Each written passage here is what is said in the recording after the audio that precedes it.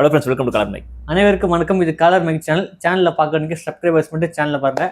Bison படத்தோட முழு கண்ணோட்டத்தையும் முழு ரிவ்யூவும் பார்க்க போகிறோம். ஆமாம், இது படமாக இருக்கா, வாழ்வியலாக இருக்கா, இல்லை அரசியல் இருக்கா அப்படின்ற எல்லா விஷயத்தையுமே இதை பிரித்து பார்க்க போகிறோம்னு என்னத்த பிரிச்சு நம்மளால கிடையாதுங்க. நம்ம ஒன்றும் டேரக்டர் கிடையாது. பண்ணுறது நான் பார்த்தோம். அந்த படத்தில் என்ன டீட்டெயில்ஸ் இருக்குது, என்ன செஞ்சிருக்கலாம், என்ன செய்யக்கூடாதுன்ற விஷயத்தை தெளிவாக சொல்ல போகிறோம். First positive பார்த்துருமா?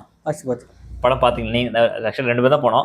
உங்கள் பார்வையில் எப்படி இருந்துச்சு? ஃபர்ஸ்ட் எனக்கு வந்து ஆக்சுவலி ஒரு மாதிரி படம், அவ்வளோதான்னா தனிப்பட்ட ரீதியால பிரச்சனை கொண்டு வரமோ ஒரு ஸ்போர்ட்ஸ் மேனுக்கு என்ன பிரச்சனை நடக்குது, அவன் வந்து அங்கே ஸ்போர்ட்ஸ்ல ஒரு மேலே வந்தால் என்ன குடும்பம் நடக்கும், அவங்க ஊர் அவன் எப்படி இருந்து இங்கே எந்த இடத்துக்கு இப்படி வந்தா காட்டுறது. சராசரி மனுஷன் ஸ்போர்ட்ஸ் கேட்டகரியில் போகும்போது என்ன பிரச்சனை வரும், ஆமாம், என்னென்ன பிரச்சனை ஃபேஸ் பண்ணுறது தான் ஒன்லைன் பார்த்தீங்கன்னா.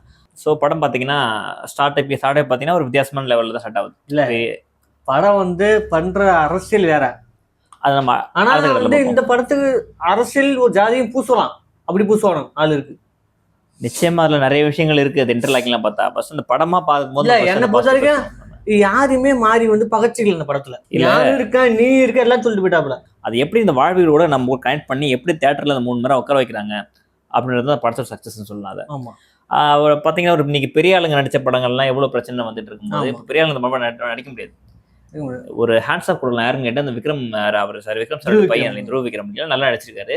அவர் எப்படின்னா ஃபர்ஸ்ட் ஸ்டார்டிங்ல பார்க்கும்போது ஒரு கேரக்டரா ஒன்றுட முடியல, ஆனா போக போக ஒரு கேரக்டராகவே நம்மளால ஏத்துக்க முடியல அளவுக்கு. ஏன் வந்து அவன் டிஃபன் பாக்ஸ்ல சோத்த அள்ளி திங்கணும் அப்படின்னா ஒரு ஸ்போர்ட்ஸ் மேனுக்கு அதிக ஊட்டச்சத்து தேவைப்படுது. அப்ப அவன் அந்த நோக்கத்துல அள்ளி சாப்பிட்டுறாரு. நம்மளுக்கு இங்கன்னு பாக்குறப்ப என்னடா சாப்பாடு அள்ளி திட்டு இருக்கு, ஆனா அவன் சைட்ல பாக்குறப்ப அது வந்து ஒரு இதா இருக்குது. அங்க ஒரு பிளே பண்றாரு பாத்தீங்களா, அந்த இடத்துல ஒரு இன்ட்ரடியூஸ் ஆகுறது. அவர் ஒரு டீச்சர் நினைச்சா இந்த படத்துல நிறைய விஷயங்கள் இருக்குங்க. ஒரு டீச்சர் நினைச்சா ஒரு அந்த பையனை அடிச்சு அந்த இடத்துல வந்து வாழ்க்கை முடிச்சிருக்க முடியும். ஆனா அந்த படத்துல எப்படி கொண்டு வருவாங்க கேட்டீங்கன்னா, அந்த டீச்சர்ல வந்து அவனோட திறமையை தெரிஞ்சுக்கிட்டு அவனை வளர்த்து விடுற மாதிரியான கேரக்டர் படம் ஃபுல்லா டிராவல் பண்றாரு. நல்ல ஒரு கேரக்டர் பண்ணியிருக்காங்க அந்த படத்துல. அவரு நல்ல அற்புதம் கேரக்டர். அதுக்கப்புறம் தான் படமே டைவர்ட் ஆகி போகுது. ஆமா ஆமா, அது மாதிரி படத்து ஓப்பனிங் சீன் வித்தியாசமா இருந்துச்சு. எப்படின்னா எடுத்தோடனே ஃபிளாஷ்பேக் போயிட்டாங்க. ஃபிளாஷ்பேக்கு லைவ்ல வந்து ஃபிளாஷ்பேக் போறாங்க. எடுத்த உடனே ஃபிளாஷ்பேக் போற மாதிரி சின்ன ஃபிளாஷ்பேக் தான் படமே வருது. அந்த கதையே டிஃப்ரெண்டா இருக்கு. ஒரு ஃபிளாஷ்பேக்கும் வருது, அது புரிஞ்சுக்கிற தன்மை இருக்கும். அந்த ஒரு ஸ்கிரீன் பிளே வந்து ஒரு வித்தியாசமா இருக்கு. நார்மல் ஆளுக்கு புரியுமே தெரியல, ஆனா அது ஒரு சில பேர் இந்த புரிஞ்சுக்கிட்டா இங்க நடக்குது இது இங்க நடக்குது சொல்லி புரிஞ்சுப்பாங்க. சரி, ஒரு சில அந்த குழப்பத்தை வேணா என்னடா அங்கேயே ஏதோ நிக்கிறேன் இங்கேயும் திரும்பி காட்டுறாங்க. ஆமா, கடைசியில பாத்தீங்கன்னா படம் எப்படி வந்து இந்த பையவே சாதிச்சானா இல்லையா அப்படின்றத கடத்த ஒரு இடத்துல நிறுத்துறாங்க. கடைசியும் உண்மையா அந்த கிளைமேக்ஸ் என்ன பார்க்கும்போது நம்ம கொஞ்சம் சில விஷயங்கள் கண்கலங்க வைக்குது. முன்னாடி வந்து பாத்தீங்கன்னா கதான் 2 பேரும் பயங்கர ஸ்கோப் பண்ணிருக்காங்க. யாரும் கேட்டீங்கன்னா பசுபதி சார் பண்ணிருக்காங்க. நடிச்சவங்கள வாழ்ல வாழ்த்துட்டாங்க. ஆமா, உண்மையிலே சொல்றேன். அனுப்பாமா அந்த பொண்ணு கேரக்டரும் சரி, நான் பாக்குறேன் அவங்கள பார்த்த விதங்கள் வேற. நான் அந்த தியேட்டர்ல பார்த்த விதங்கள் நான் இதுல பாக்குறப்போ டிஃப்ரெண்டா இருக்கு. அந்த மாதிரி பார்க்கக்கூடிய ஒரு கேரக்டரும் அந்த நடிகர்களை தாண்டி அவங்க ஒரு கேரக்டர் நம்ம தெரியுறாங்க. ஆமா, அந்த படத்தோட சக்சஸ் சொல்லலாம். ஆமா, சரி, எல்லாமே பார்த்தோம். பாசிட்டிவ் வந்து யாருன்னா நடிகர்கள் தான் தெரிஞ்சு. ஏன்னா அந்த ஊர் மக்கள் அந்த ஊர்லயே ஊறி போன மாதிரி இருக்கு, பயங்கரமா இருக்கு. ஒரு சில கேரக்டர் ஒரு காமெடி பண்ற மாதிரி. இப்ப அமீர் சார் நல்ல கேரக்டர் பண்ணிருக்காங்க. அமீர் மேல நமக்கு ஏன் அவரெல்லாம் பேசுறாரு நம்ம நிறைய விமர்சனம் பண்ணிருக்கோம். கேரக்டர் வைஸ் பார்க்கும்போது ஒரு கேரக்டரா வந்து நல்லா ஒரு கொடுத்த கதாபாத்திரத்தை கரெக்டா நடிச்சிருக்காரு. அதான் அந்த லால் சார் கதாபாத்திரமும் சூப்பரா இருந்தது. நான் சிம்பிளா சொன்னா அது ஒரு லால் சார் ஒரு வார்த்தை சொன்னாரு தெரியுமா உங்களுக்கு? என்ன சொல்லிட்டு இருப்பாருன்னா, நான் ஒரு ஜாதி வரி பிடிச்சிருந்தா என்னால அதை விட்டு போக முடியாது, ஆனா நான் நல்லா ஒன்னா நீ போடா அப்படிங்கிற மாதிரி சொல்லிட்டு இருப்பாரு. ஆமா ஆமா, இல்ல படத்துல நிறைய அரசியல் இருக்கு. நம்ம தொடர்ந்து பேச சொல்லிடலாம். இதுதான் படத்தை ஒன்லைன் கண்டிப்பா போயிட்டு எல்லாரும் பார்க்கலாம். இப்ப என்ன பேச வரோம்னா, மாரி செல்வராஜ் சார் மேல கொஞ்சம் நெகட்டிவ் ரிவ்யூ சொல்றோம்ல, அது என்னன்னு கேட்டீங்கன்னா, இந்த படத்தை எடுத்தா ரைட் எல்லாம் கரெக்ட் தான். நீங்க எப்படி பாக்குறீங்க இந்த படத்தை கண்ணோட்டத்தை? எனக்கு வந்து ஒரு நல்ல படம் பாக்குறேங்க. இப்போ வாழ்வியல் சொல்றேன். இப்போ அவர் கட் பண்ணி பிம்பத்தை கொண்டாந்தவர் வந்து ஸ்கிரீன்ல காட்டுறப்போல இல்ல. நான் என்ன சொல்றேன்னா, இல்ல ரைட்டுங்க, ஒரு காலத்துல அப்படி இருந்துட்டுலாம் கொள்ளலாம். ஆனா இன்னைக்கு இவர் கொடுக்க வேண்டிய அந்த படத்துல காட்டுற வன்முறைகள் பாத்தீங்கன்னா, ஒரு ஜாதிகளை மட்டும் ஒரு ஜாதி ரீதியா ஒரு படம் எடுக்கிறாரோன்ற மாதிரி நிறைய ஏற்கனவே கண்ணோட்டம் அவர் மேல இருக்குன்னும் போது இருக்கு மேல் கொண்டு அவர் மேல அழுத்தம் படுற மாதிரி தான் இந்த ஃபர்ஸ்ட் ஹாஃப்ல வரும். அது வந்து ஜாதி ரீதியான கண்ணோட்டம் இல்ல, அடக்குமுறைக்கு எதிரான கண்ணோட்டம். அது அதான் இது. ஏன்னா உங்க ஆளுங்க நான் பண்ணிட்டேன்னா இறங்கி வீட்டுல வந்து அடிச்சு நொறுக்குறான் பாருங்க. அதுதாங்க. இப்ப இன்னைய காலகட்டத்துல உள்ள உண்மை இருக்குதாங்க, இல்லைன்னு சொல்லி நான் மறுக்கல. இருந்தாலும் இதை பார்க்கும்போது ஒரு செட் ஆஃப் ஆடியன்ஸ் எப்படி வரும், அப்ப நம்ம இப்படி இருந்திருக்குமே, அப்ப இன்னமும் இப்படிதான் இருக்கணும், இன்னொருத்தரமா இப்படிலாம் நம்ம அடைக்கிறதுனால இப்ப நான் உங்களுக்கு எடுத்து அடிக்கணும், ஒரு எதிர்ப்பு எனக்கு தூண்டுற மாதிரி செயல சில பேர் கேடுவாங்க. படத்தை சில பேர் உண்மை நினைச்சுக்கிறாங்கல்ல. இந்த படத்துல வாழ்வில் அப்ப நடந்த சம்பவத்தை காட்டுறாங்க. உண்மையே சொல்ல இவர் வந்து கற்பனை கலந்த கதையை தான் சினிமா சேர்த்து வச்சிருக்காரு. இதுல ஒரு பேருமே கற்பனை உருவாக்கப்பட்டதுதான். இல்ல நானே கேட்கறேன்னா இதுல இப்போ ஒரு ஸ்போர்ட்ஸ் கேட்டகரி வந்துட்டீங்க. இது வந்து நல்ல கோட்டடர் வந்தா ஸ்போர்ட்ஸ் பார்க்க நல்ல உங்க செட் ஆஃப் ஆடியன்ஸ் தவிர்த்து ஸ்போர்ட்ஸ் கேட்டகரியில இருக்கவங்க உள்ள வந்து பார்ப்பாங்க. ஆமா உண்மைதான் இல்லையா? இப்ப இந்த டைம்ல நீங்க கொஞ்சம் வன்முறை கொஞ்சம் எக்ஸ்ட்ரா காட்டுற போது எல்லார் மேலயுமே ஒரு செட் ஆஃப் படம் எடுத்துட்டு போடுவாங்க. இதை வாழ்வில் நினைக்கிறோம் என்ன பண்ணுவான், அப்ப நம்ம இந்த மாதிரி இருக்கக்கூடாது, நம்ம இந்த மாதிரி பண்ணணும்னு திருந்துவான். மறத்தவன் என்ன பண்ணுவான், ஓ நம்ம இப்படி இருந்திருக்கோமா, அதே மாதிரி நம்ம இருக்கணும், அப்படி இருந்திருக்கோமா, அப்ப அவங்கள வடிக்கணும். இந்த ஒரு நெகட்டிவிட்டி திங்க் ஆகுது இல்ல. ஏன் ஒருத்தர் அது கேட்டா அவங்க என்ன சொல்லுவாருன்னா, இந்த மாறலையா, இதெல்லாம் மாறுச்சு நாங்க எடுத்து நிறுத்திடுவோம் சொல்லுவாரு. நம்ம தான் சார் மாத்தணும் எங்களோட கேரக்டர் நடக்க, இதை நீங்க கொஞ்சம் குறைச்சிருக்கலான்றது நான் வந்து அது இருக்க சொல்ல இருக்கலாம் கம்மி பண்ணி இப்ப இருக்கலாம். உண்மையாலுமே ஒரு ஸ்போர்ட்ஸ் கேட்டகரியில ஒரு ஆளுங்க போயிட்டு எந்த ஆளும் இல்ல, பொதுவாக ஒரு கேட்டகரியில இருந்து ஒரு கீழ்மட்டத்துல இருந்து மேல் மட்டம் போறது ரொம்ப சிரமம். எவ்வளவு ஸ்ட்ரகிள் பண்ணணும் படத்துல ரொம்ப தெளிவா காட்டிருக்காங்க, இல்லைன்னு சொல்லல. ஆனா காட்டுற விதத்துல ரொம்ப ஜாதி சாயம் பூசிட்டாங்கன்னு தோணுது. இந்த படம் வந்து இதுவும் பழசுதான். கனான்னு ஒரு படம் வந்தது. சரி, அது ஒரு பெண் ஒரு போட்டியாளர், அவங்களும் இந்த மாதிரி ஒரு விவசாய பொண்ணு இந்தியாவுக்கு விளையாண்டா என்ன மாதிரியான ஸ்ட்ரகிள் சந்திக்கும் அப்படிங்கிறது சூப்பரா இருந்தது. எஸ்கே தான் ப்ரொடக்ஷன் அந்த படம். அது வந்து இப்ப ஜப்பான்ல மிகப்பெரிய வரவேற்பு கிடைச்சது. இன்னமும் படத்துக்கு அப்புறம் உண்மைதாங்க. இன்னும் பாத்தீங்கன்னா இது தமிழ்நாட்டுல இந்த லெவல்ல கிரிக்கெட் லெவல்லே ஒரு பிளேயர் போய் வாங்குறது கஷ்டமா தான் இருக்கு, இல்லைன்னு சொல்லல. ஆனா அதை காட்டுறது தான் பாத்தீங்கன்னா ரொம்ப அடக்குமுறையான விஷயங்களை காட்டுறதும், இவங்களை ரொம்ப இழுத்து அடிக்கிறதும், கடைசி ரொம்ப ஒரு அந்த எப்படி அந்த கட்டம் ரொம்ப வன்முறை தோன்ற மாதிரியான செயல்களா இருக்கு. தூண்டுற மாதிரி வெட்டுறது இல்ல, நல்லா பண்ணலாம். வெட்டுற சீன்ஸ் எல்லாம் காட்டுறாங்க, ரத்தம் ரொம்ப ரொம்ப ரகடா காட்டுறாங்க, சென்சார் பண்ணல, ரொம்ப ரகடா காட்டுறாங்க.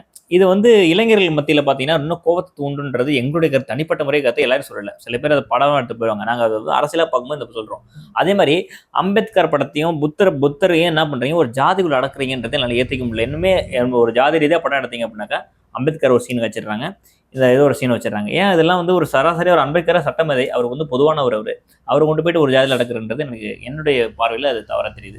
மற்றபடி படம்ன்றது உண்மையாக கனெக்ட் ஆகிடுச்சு, நம்மளுக்கு கனெக்ட் ஆகிடுச்சு, நல்லா தான் இருந்துச்சு படம். கிளைமேக்ஸ் எல்லாம் சீட்டு நுனியில் உட்காந்து பார்த்தேன் நான், நல்லா இருந்துச்சு. அதே மாதிரி நடிச்சிருக்க ஹீரோயின் கூட நல்லா நடிச்சிருந்தாங்க.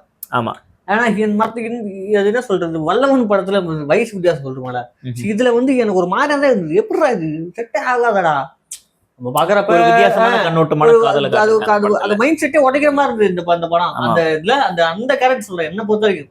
ஆனா சூப்பரா இருந்தது, வித்தியாசமான கேரக்டர். பசுபதி கேரக்டர் அந்த போலீஸ் கெஞ்சிரப்ப சத்தியமா கண் கலங்கிட்டாங்க. அது வந்து பயங்கரமான ஒரு இம்பாக்ட். இல்ல இப்ப நான் ஒரு மெயினா துருவ விக்ரம் மாதிரி துருவ விக்ரமா சூப்பரா நடிச்சாங்க. உண்மையே விக்ரம் இருக்காரு இல்லைங்களா, அவருக்கு வந்து ஒரு மிகப்பெரிய ஒரு டர்னிங் பாயிண்ட். அதே மாதிரி மியூசிக் தான் சரி, நிவாஸ் கே பெர்சனா வந்து நான் பார்க்க போனது காரணம் பாட்டுக்கு தான். எல்லா பாட்டும் நான் பார்த்துருக்கேன், சூப்பரா இருக்கும்.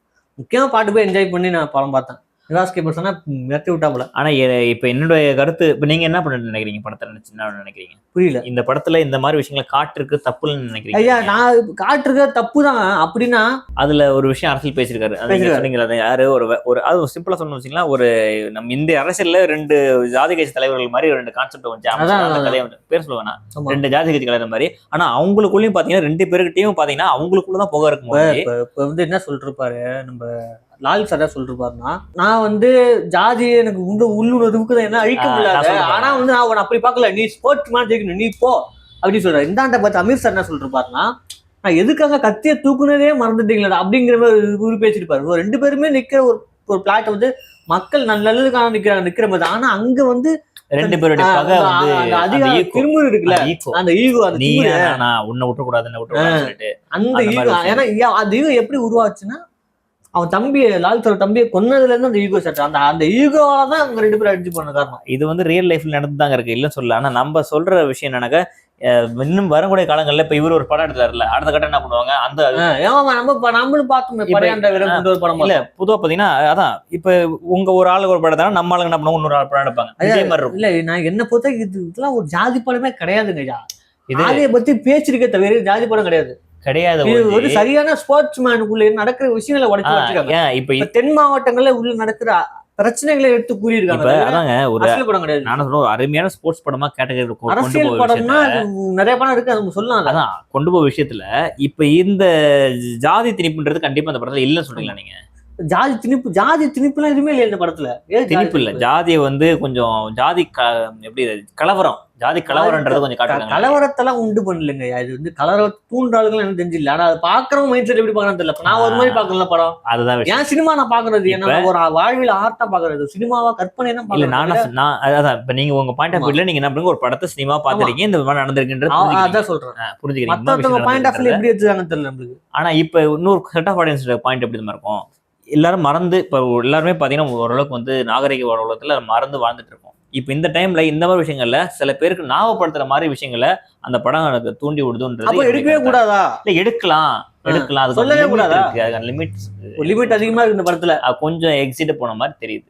இது வந்து இது ரிஃப்ளெக்ஷன் எப்படின்னு கேட்டீங்கன்னா, அடுத்து வரக்கூடிய ஆப்போசிட் என்ன படம் கேட்டீங்கன்னா, அவரு வந்து இதுக்கு அந்த மாதிரி ஒரு படம் எடுக்கும். இது வந்து பக்காவான ஒரு ஸ்போர்ட்ஸ் மேன் படம்.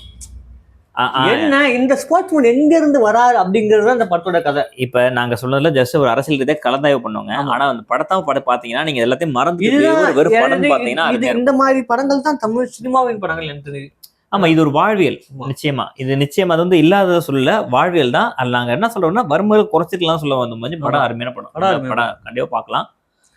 நிச்சயமா வந்து இது எல்லாரும் போய் தியேட்டர்ல பார்த்து தீபாவளிக்கு என்ஜாய் பண்ணக்கூடிய படம். இதுல வந்து உங்களோட கருத்து என்ன கீழே கமெண்ட் பண்ணுங்க. இந்த படம் வந்து என்ன சொல்ல வந்த விஷயம் அப்படின்னு சொல்லி நீங்களும் கீழே கமெண்ட் பண்ணுங்க.